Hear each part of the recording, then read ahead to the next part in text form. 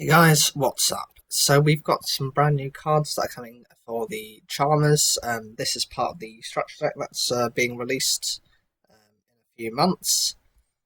We've got the first wave of support, and most of these are the familiars to the familiar possessed monsters, and they're kind of upgrades. The first card is Awakening of the Possessed, Archfiend Reaper of Nefariousness. This is the Earth one. It's a level 5 Earth Beast effect monster with 2000 attack and 200 defense. You can use each effect among the second and third effects with this card's name only once per turn. You can special summon this card from your hand or deck by sending to the graveyard one face-up spellcaster monster you control and one face-up level 4 or Earth monster you control. Second effect is, when this card is special summoned by the procedure written in its first effect, you can special summon one level 4 or lower monster from your graveyard, but its effects are negated. And the third effect is, if this card is sent from the field to the graveyard, you can add one Spiritual Earth Art card or one Possessed Spell Trap from your deck to your hand. My opinion on this is it's a 2000 attack monster, so I can understand why it's a level 5. It's meant to be a little bit of an upgrade in the same way that the familiar possessed monsters are higher versions of the original Charmers. That's how the interaction is meant to be. Its summoning condition is a little bit like some of the other familiar possessed monsters. They are able to bring themselves out through sacrifice, through tributing, once their condition has been met. This is the same. It's meant to work similar to kind of using your opponent's cards through using the Earth Charmer also to steal one of your opponent's Earth monsters and then use it alongside itself and the opposing monster you've stolen to bring out this card. The problem with this is it's quite reliant on your opponent running things. If you don't have the necessary monsters, or you're going to have to build your deck using some of these kind of multiple attributes just in order to kind of fulfill this condition. You never want to let your opponent do things or rely on your opponent to do things. And this is why I think they really need something that's able to kind of like a continuous track card, a little bit like DNA transplant, but that has an effect that once per turn you can change your opponent's monsters to a specific attribute, just to make the interactions from these cards a lot more consistent. It's kind of the key failing across the whole archetype. It's just a major issue. The second effect is actually a monster version of the original Spiritual Earth Art. So actually introducing these in the monster form is okay, but I would question why did they not have a slightly stronger effect, or one that makes it a little bit different, because otherwise you're just basically running the same trap card as a monster form. It's a little bit pointless. The third part of the effect, if it's sent from the field to the graveyard, I mean, that could be through anything, through your opponent's effects, through your own, through Xyz summoning, through link summoning, whatever you want to use with it. You're able to add either a possessed or a Spiritual Earth Art card. My opinion on this is actually, for one, we'll be getting more possessed cards, definitely. I mean, that's how the archetype seems to be functioning a lot more. And actually this might encourage them to run and produce actually some more Spiritual Earth Art cards rather than just the one that exists within this monster effect. I can see that being a good thing, but it all depends on what they're planning to do going forward. The next card we have is Awakening of the Zest, which is Great Inari Fire. This is a level 5 Fire Pyro effect monster with 2000 attack and 200 defense. You can use each effect among the second and third effects with this card's name only once per turn. You can special summon this card from your hand or deck by sending to the graveyard one face-up spellcaster monster you control, and one face-up level 4 or lower fire monster you control.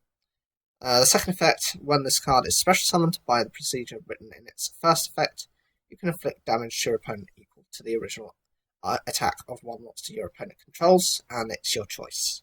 And the third effect is, if this card is sent from the field to the graveyard, you can add one spiritual fire art card or one possessed spell or trap from your deck to your hand.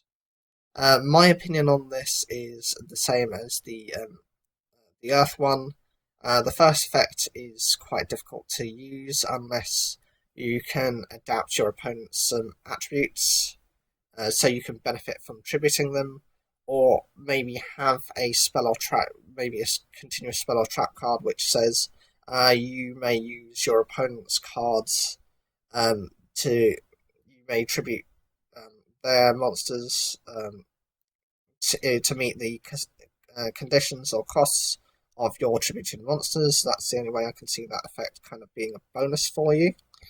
It's a little bit like, if you consider it a bit like kaijus, you're essentially just getting rid of their cards, and you're able to do this without having your opponent trigger anything. And the second effect is the same as the fire art card. It's burn damage, which is just it's good in if you can get enough damage on board, it can be enough to defeat your opponent. And the third effect, it's the same. I'm hoping that again they're going to be producing more spiritual fire art cards. Otherwise, just the monster effect itself and the trap card aren't going to be enough to make this card that viable. And we've got the final card, which is the Teamwork of the Possessed. This is a normal trap card. You can use one effect among the first and second effects with this card's name per turn, and only once that turn. One special summon one spellcaster monster with 1500 defense from your hand or graveyard in face-up attack position or face-down defense position. Then, if two or more attributes are among the monsters you control, you can destroy one face-up card on the field. And the second effect is, you can banish this card from your graveyard, then target one possessed continuous spell or trap card in your graveyard and place it face-up on your field. The first effect of this lets you recover basically one of your charmer or possessed monsters. So actually having the option of having it in face-up attack position or face-down defense position is good depending on what you choose. If it's one of the familiar possesseds, having it in attack mode, they have 1,850 attack each. So you can do that. Or you can have the charmer monster that, say for example, your opponent has is running a water attribute deck, such as mermails, and then you can just bring back Uriah, and then you can potentially control your opponent's monster. That is okay, but I don't think it's that strong. If two or more attributes are among the monsters you control, you can destroy one face-up card on the field. This effect is only relevant if you're really summoning it in kind of attack mode, or if you have other monsters already on your field, because if it's face down, it doesn't count towards it. You can't make a determination from that. It's kind of prevented within the rules. It's an okay effect, but I just don't think it's that powerful. I like the graveyard effect of this card. At the moment, you only really have you have this card, and you have you only have the unpossessed card, which gives your possessed monsters 800 additional attack, making them 2,650 attack. That's all we have really at the moment. We will be getting more support a bit later on. I definitely think it's great because it can be put immediately activated, which a lot of cards don't let you do.